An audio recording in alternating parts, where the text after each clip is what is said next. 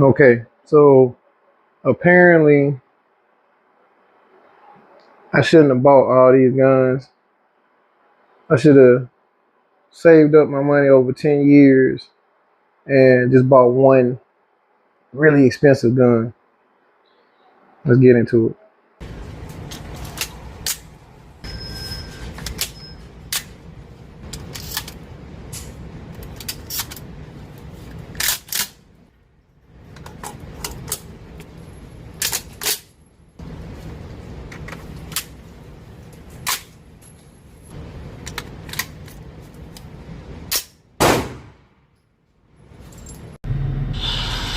Going for the big shot. Can you make it or not? Going ham with Superman. You too glad, man. Okay, so let's get into it. This week's video is gonna be pretty much a rant on my part because of comments like this. So apparently, I'm gonna start from the beginning. Let's start from the beginning. I'm 35. I bought my first gun in 2014. It's currently 2024, so I've been buying guns for 10 years. So when you look at my collection, it's not something I just went out and bought all these guns at one time. So I've been collecting this for over 10 years to get where I'm at. So at 25, clearly I got a little bit of expendable funds. A lot of people do. You got your hobbies that you spend money on, no matter what it is. If it's guns, if it's cars, if it's golf, tennis, traveling to play basketball, whatever. Everybody's got the hobbies that they spend money on. I got a couple, but my main one probably is guns. So 2014 started my collection. I bought my first pistol, which I still have. It's my Walther 9mm PPX. And so then too, we're gonna get into the pricing on the collection, but pricing changed, especially after COVID.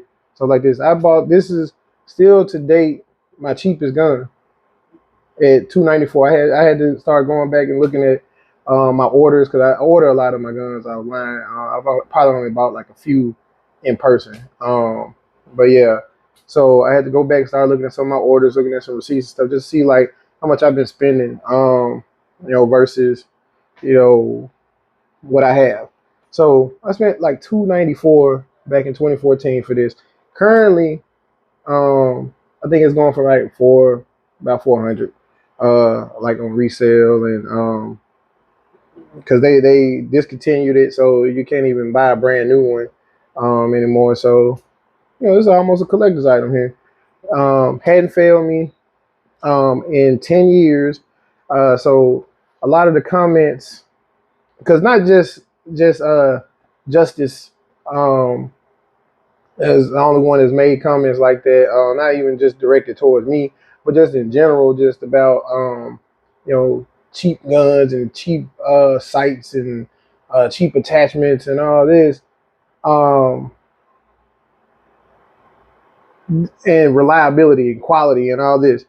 10 years, I don't know how many rounds I put through this, but it's up there. It's thousands of rounds through this thing. Nothing wrong. We're empty. No mag, completely empty, but nothing. This gun has not failed me. Because at the end of the day, they're all gonna do the same thing. I can spend everything again. Like I said, everybody has their vices. Everybody has, what something like women like buying expensive purses. At the end of the day, each purse is gonna do the same thing. It's gonna just hold whatever you put in it. And at the end of the day, if I spend $294 or I spend $7,000 on a what is it? Not a staccato, it's the I can't even think of the name of it right now. I put it in there when I do a little research. But yeah, $7,000 handgun. Is it gonna shoot for me? Is it gonna aim for me? Is it gonna do anything special? And it's still semi-auto. It's not full auto. It's not doing anything different than this. So spending $7,000 on a gun makes it so much better and so much more high quality and so much more durable that I want to see that gun in 10 years. Because I got one that's 10 years old that's under $300. So let's see. But I'm gonna continue on. This is my cheapest handgun. My most expensive would probably be my PSA Rock 5.7. All decked out, gold fluted barrel. Shoots a 5.7 round. Direct competition with the FN. So again, we talk about quality and materials. Everybody went crazy for the FN when it came out because it was instead of being a steel or a metal frame, it's a polymer frame. It's lightweight. It's you can sneak it in past metal detectors.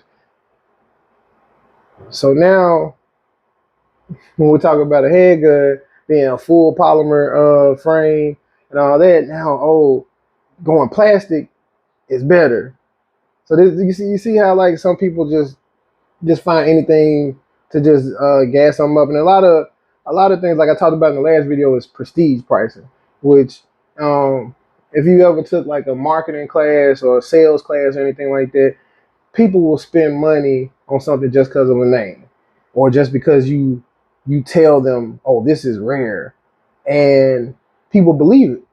So people believe that, oh no, I have a very special 101 Aston Martin that no one else can have. And then you turn around, you see somebody driving something just like it. But whatever.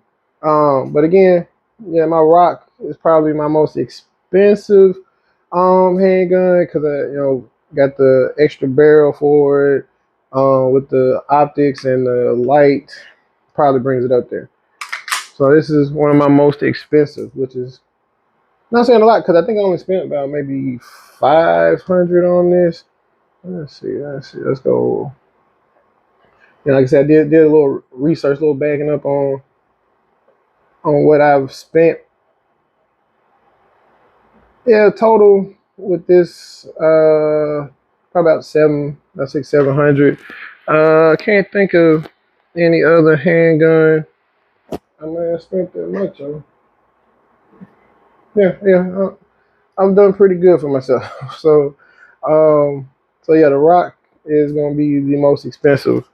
So we got my cheapest, my most expensive, and I've had this one less time than I've had this one. I think I only had this one maybe a year or two. This one 10 years. So the reason I do buy different guns is because I, again, just have a passion for it, and I like to see different things. Like I don't want to just follow the trend. That's why I don't have a Glock, because everybody's got a Glock. So what's different? What's special about that? Everybody doesn't have a Rock 5.7. Now these discontinued. You can't even buy one of these, so nobody has one of these. So clearly, I could have bought one. Could have bought a Glock if I wanted to, but I choose to do something different and do something I haven't seen, and that's why a lot of my guns have different calibers. I don't want to keep mine 9mm in different formats because it's still a 9mm at the end of the day. So I got a 5.7. I got a 45. 1911, different platforms too. I want to go different platforms. We're empty. So yeah, 1911 and 45 caliber TARs. I got that on there. How much I spent on this one? $520 back in 2020. So, again, pricing. That was 2020 COVID. Gun prices shot through the roof. And so that's another thing. Like some of these prices that you see and hear maybe a deal. Because I do wait for deals sometimes. Like that that Canic, that TTI edition. That thing dropped. It was $1,500 in less than 2 months, 2 or 3 months. It's $900 now. So prestige pricing. That's what I tell you. So what was that, a $600 drop in 2 months? So, the guys that bought it when it first came out, I was like, oh man, I got me a $1,500 pistol. By the time I buy it, it's probably gonna be 700-800 because I am interested in it. I am interested in that one, but we'll see. Let's get into rifles. My cheapest rifle. Ah, will probably be my 300 Blackout, just bare bones, because this thing, I got so many attachments on it. I have become attached to it. Got the folding stock, the pop-up sights, the red dot, the weapon light, angle foregrip, the magwell grip, swap the charger handle on it. So yeah, but originally I think this thing cost me like 380. Yeah, it cost me like 380. So, and I got this, what year? So I've had this one for a while too. I want to say 2018. So 6 years. 6 years. Thing's still holding up. Put some rounds through this. Probably close to 1,000. Probably close to this, either right at or a little over 1,000 rounds. 300 Blackout ammo is expensive. So um, so yeah, I haven't probably put as many rounds as I have through my Walther because 9mm cheap. So but yeah, oh yeah, this got the brass catcher on it as well. Just don't have it on there right now. But yeah, this is my cheapest rifle. 6 years in, thousands of rounds, still working. It's a ATI, American Tactical Import. They really, when I bought the gun, I didn't know anything about them. I saw the gun, I saw how it looked, like the handguard on it. I just wanted the AR pistol. I already had 5.56 223, so I wasn't gonna get that same caliber. Went to 300 Blackout, so that's why I ended up with this bad boy. Price wise and just what I felt I wanted, I got this, and it hasn't failed me. Again, we talk about quality. When you're looking at like a honey badger, it's nice. I'm not gonna lie, a honey badger's nice, but it does the same exact thing that my ATI does, for a quarter of the price, quarter of it. Again, prestige pricing. You get a honey badger, it's still semi-auto. Let's get that clearance and everything. I think they have a full auto honey badger, but yeah, for the most part, it's gonna be a semi-auto, just the same as this good old ATI. This one is polymer frame. I think that's, ATI is like stamped now that they got polymer frame rifles for a good price. Where you're not spending, $2,000 like a Geisley.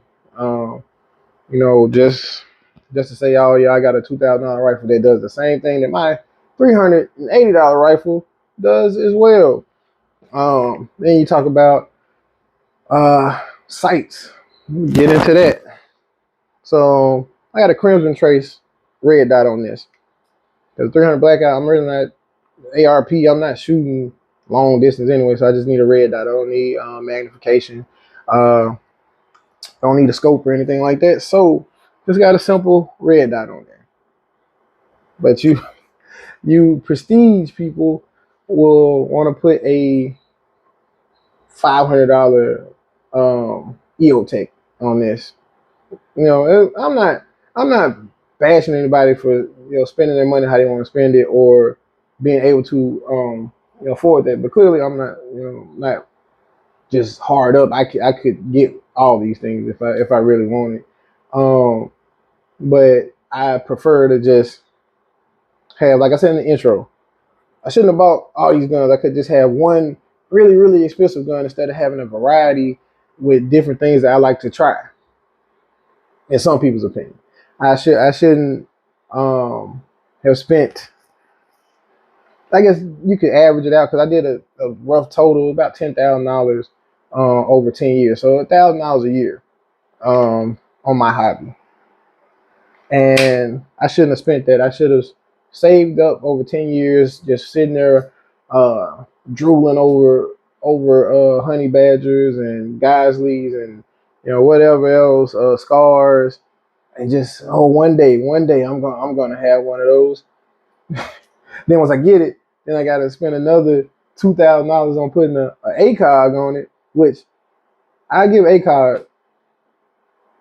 That's the only optic I've seen that has a difference. Like I've looked down EOTechs, I've looked down SIGs, I looked down um, Crimson Traces, I've looked down Hollow Suns, and it's no difference. You talk about the hologram and the projected, the clarity of the red dot. You guys need to get your eyes checked. You need to go to the eye doctor and get some clarity, man. It's no difference. All that money, and it's really no difference at the end of the day. Like the ACOG though. Now I will get that like that.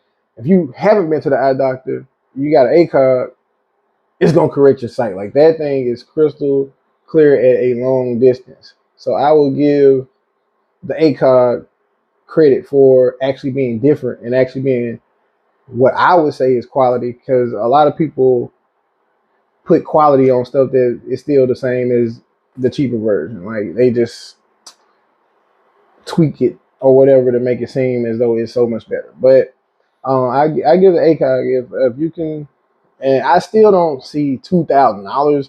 That's the minimum. That's to get you in the game with ACOG. I still don't see $2,000 worth of clarity, but I will say that it is a difference. Like it is a noticeable difference when you looking down the sights of an ACOG. So kudos to them for that design. But again, man, maybe it goes into research, development, all that stuff where the pricing is up there. People need to be paid for their work. So, I give you that. But these manufactured red dots that they push out thousands and millions or whatever of them, there's no labor cost or research development has been paid for a long time ago. We're just going off a name at this point. So yeah, like I said, we're gonna keep on going with that's my cheapest rifle. On up to so this thing was kind of expensive. As it sits today, if I wanted to buy this, it's like $1,000. But this was 800 when I got it. So my Palmetto State Armory AKP.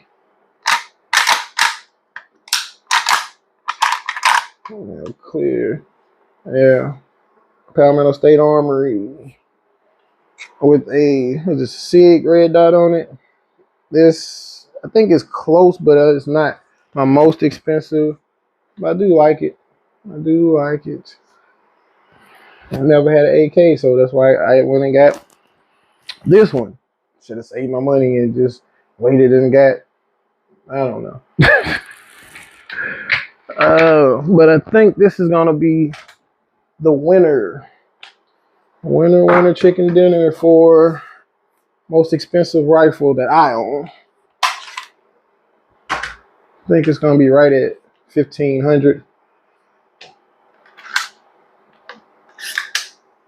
It is a custom built binary rifle. For those that don't know, had to piece this thing together. Bought the Franklin Armory lower, binary lower, custom upper with the fluted silver barrel, the rounded muzzle brake here, built in, kind of sliding into the handrail there. SIG Sal Romeo Juliet combo magnified for a 223 Wild caliber here. Fab Defense, butt stock, adjustable, nice. It feels good. I give Fab their due on that. That is a really comfortable butt stock. What else we do this thing? Oh, the Radiant charging handle with a spiked tactical bolt carrier group. So yeah, like I said, this this is just a random light I got. I think I got this off eBay, and a Magpul foregrip there. So yeah, I think just parts alone brought this up to 1,500. I couldn't give you any like comparable pricing, or like if I had to sell it, I'm gonna sell it for more than 1,500. I'm gonna just let you know that now, because of my hard work putting this together. Prestige, but no, yeah, to buy a fully assembled one, and what it cost a little more. I could just bought it just. I could have found a fully assembled binary, and yeah, I think they get close to like 2,000 with a fully assembled one. But I decided to just buy a lower and make it, because most of the time too you spend your money getting the gun, and then you end up doing so much more to it. You want to change it, you want to change this about it, that about it. So why not just piece it together to begin with? Just get what you want to begin with instead of having all these extra parts. Because I got a lot of extra stuff laying around. It comes in handy sometimes. Like if I get a new gun, I don't have to worry about red dots or something like that, because I got like 2 or 3 laying around. So I just slap one that I got laying around on, and be good. But yep, most expensive rifle and would be a custom built. We're gonna call it a Franklin Armory one, just because that's the lower that makes it binary. I'm gonna leave that one there, and then we're gonna move into shotties. Oh,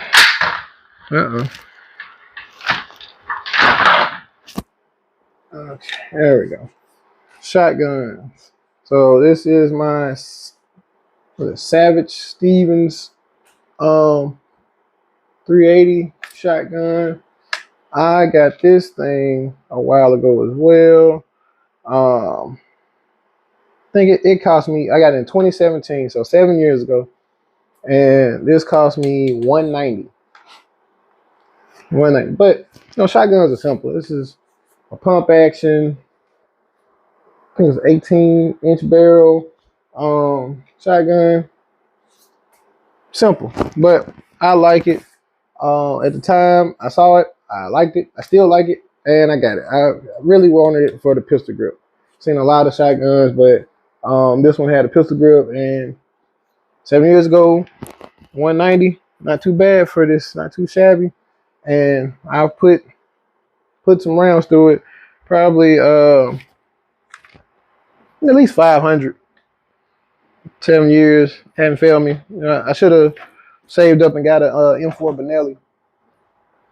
But I will say it's a different action. At least the Benelli would be a semi-auto shotgun, but the Benelli, get over here, it's not mag fed, so I got me a good old mag fed G-Force. Now, this is where I talk about cheap versus budget friendly. So if I got this one. This is my second AR-12. The first one was a Lando Arms. I paid like $250 for this. I paid $250 for my Lando Arms. My Lando Arms fell apart first time shooting it. So, but luckily I bought it from Palmetto State Armory. They took care of me. Accepted it back. Gave me a refund. I took that refund, which was the same amount of money, and I bought my G-Force. And my G-Force, I've had not a full year, I don't think. or probably running up on close to a year. But I've had this and haven't had any issues. So same price gun, same configuration. They both were semi-auto AR-12s, but I was not happy with my Lando arms. I am happy with my G-Force. So that shows you the difference between cheap and budget friendly. It costs G-Force whatever it costs them to manufacture this gun, and they sell it for $250. It costs Lando Arms whatever it costs them to manufacture their gun, and they sell it for $250. Lando Arms fell apart. G-Force did not. So the battle of I should spend more to get better quality kind of goes out the window when you got the same exact pricing but different results. So that is a prime example of why I don't look at how much I spend on a particular gun or whatever. I do the same thing like with clothes and things like that. Like I've been in Versace, Louis, and all that, and I go and they may look at me weird when I come in because like I'm always feeling the material, feeling like the shoes and like seeing like how comfortable they are, because I'm not spending $2,000 for some shoes that are gonna hurt my feet the whole day that I'm walking in. And I don't know if that's me with age, getting there or whatever, but if it's $2,000 and it feels like I'm walking on clouds, I'll spend it. I'll spend it. If they'll last forever. They self-cleaning shoes, or they're just real easy to just like clean. They won't get dirty. It's got to be something other than they're Louis Vuitton. So yeah, they're $2,000, but then they fall apart 6 months from now, and I gotta buy some more. No, I'm not doing that. No, so I don't know if that, like I said, just in my old age, but I think I've been like that majority of my life. Is that I'm gonna do my research, and I'm not gonna always spend an arm and a leg. I'll spend what I need to spend. If it's worth that to me, I'm gonna spend it. If it's quality, if it's a purpose to it or whatever, I'm gonna spend that. But just off a name or just because it's a trend, no, that's not me. That is not me. But what I do like are different things. So do a little wrap up here of what I have so far, because we're halfway through 2024, and I'm still adding cheap guns to my collection. So this is a $400 what's this Masterpiece Arms Defender top cocker. Just added the laser flashlight combo to it not too long ago. That video was like 2 weeks ago. Go check it out. Comes with a 30 round mag. I think I got one more addition I'm gonna be adding to this pretty soon. But yeah, so this is one of my new toys. I've probably only put a couple hundred through this right now, but it's pretty good. Yeah. I don't have any real complaints out of it. It's a range toy. That's what I bought it for. Never gonna really carry this or or do anything with it unless like the apocalypse comes. But yeah, so that's my Masterpiece Arms Defender, and turn that light on.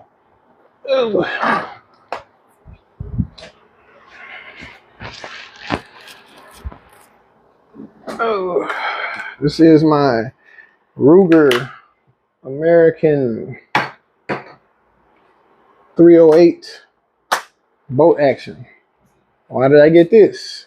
Because I didn't have a bolt action at the time, and I wanted one, so I got a different caliber too. I got 308, big boy. I'll just do it that man. Yeah, big 308. Got this. Got me a nice little bolt action. I think this cost me like $650, and price wise, I saw some boat actions that were like $2,000. even just looking for a bipod, simple bipod, just to prop my gun up. This one was like, it's a Caldwell, like 50 bucks. I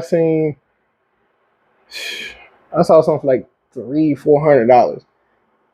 I don't know what the difference is. Somebody's gonna have to explain that one to me. And bipods, I guess maybe those were made for even a larger caliber or something for more stabilizing. But my $40-50 bipod works just fine for my applications. And that's the other thing too. It all depends on what you're gonna do. Cause like my guns really don't get dirty. I don't drop them in mud or sand and stuff like that. So I'm not a mercenary. I'm not a soldier. So I'm not in environments where my guns are going to get extremely dirty and all that. So if you need a gun that runs like that, which I'm pretty sure my gun still run, I might have to do a torture test on a few of them just to prove my point. But I'm pretty sure my guns will run like my AK, my binary, my Walther, even my cheapest handgun will run with some sand or anything like that on it. But yeah, that's one thing that some guys talk about reliability, but a lot of you guys are not hunters. Maybe just recreational shooters, stuff like that. And even hunting, it's not necessarily gonna drop your gun. If you got the right sling on and you take precautions. So yeah, you talk about reliability for what? Now, yeah, if you're active like that, if you're gonna be in the desert, hot conditions, extreme cold conditions, stuff like that, then yeah, you need to do your research and get the proper weapon for that situation. But as far as just going to the range or just going out hunting with your buddies, something like that, you're not in no extreme conditions. And spending $2,000 for a boat action that's gonna do the same thing that mine will, my $650 one will, it's pointless. Then this one came with this optic, this Bushnell optic. So I couldn't really tell you the pricing on that or anything, but again, this is the ACOG. Like I said, you put an ACOG on this, and somebody's in trouble. But all the other ones, Vortex and I don't think I've ever seen an EOTech scope, but yeah, you put that on there and it's the same thing. It's not aiming for you, and you still have to zero it in. You still have to actually do your own aim and breath control, all that stuff. So it's not doing anything. You got guys that spend all this money, and like I said, I never said that I'm like a precision shooter or competition shooter or anything like that. But you got guys that spend all this money and shoot worse than me. So where's the money going? Where's the money going? So but yeah, that's just like I said, this is gonna be a rant video. But we're a gun channel, so I can't leave you guys without any shooting footage. So I just had to get my little rant out the way, get that off my chest. But I think I'm gonna go to the range and give you guys my cheapest gun versus my most expensive gun. I appreciate everybody for watching, sharing, subscribing. Leave some comments too. But I'm out.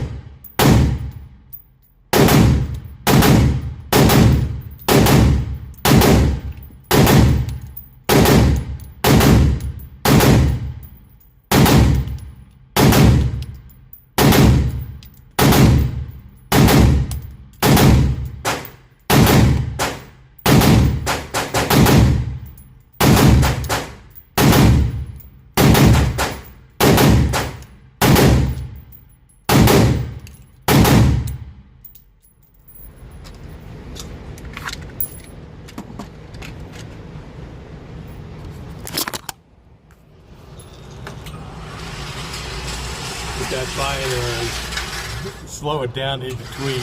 I got you. You know, it gets fun. Oh, I know it gets a whole lot of fun. But we got too many people out there that grumble at it. I got you.